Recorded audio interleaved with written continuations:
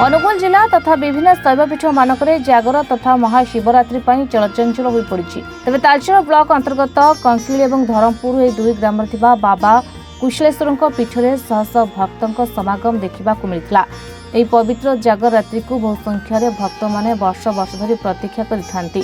तेज बाबा कुशलेश्वर पीठ में बहु संख्यार श्रद्धालु मैंने निजर उपवास कर घी दीप जाड़ा सह बाबा को दर्शन कर आशीष भिक्षा करने आसी।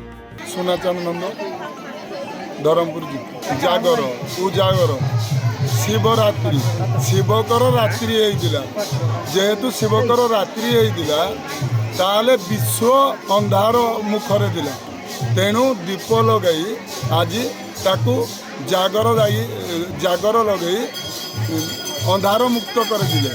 शिवकर रात्रि हेले विश्व अंधार हो जाए। देवा देवी एवं जेते आमर अछंती पीठ जगार आमर भक्त माने सबू जागर लगे आज उजागर करते। तेणु आज ना हूँ शिवरात्रि शिवकर रात्रि होता।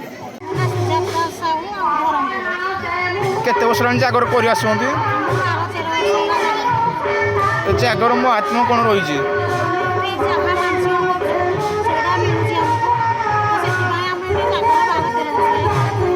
तालचेर उत्तम दास का रिपोर्ट रिपोर्टर्स टुडे।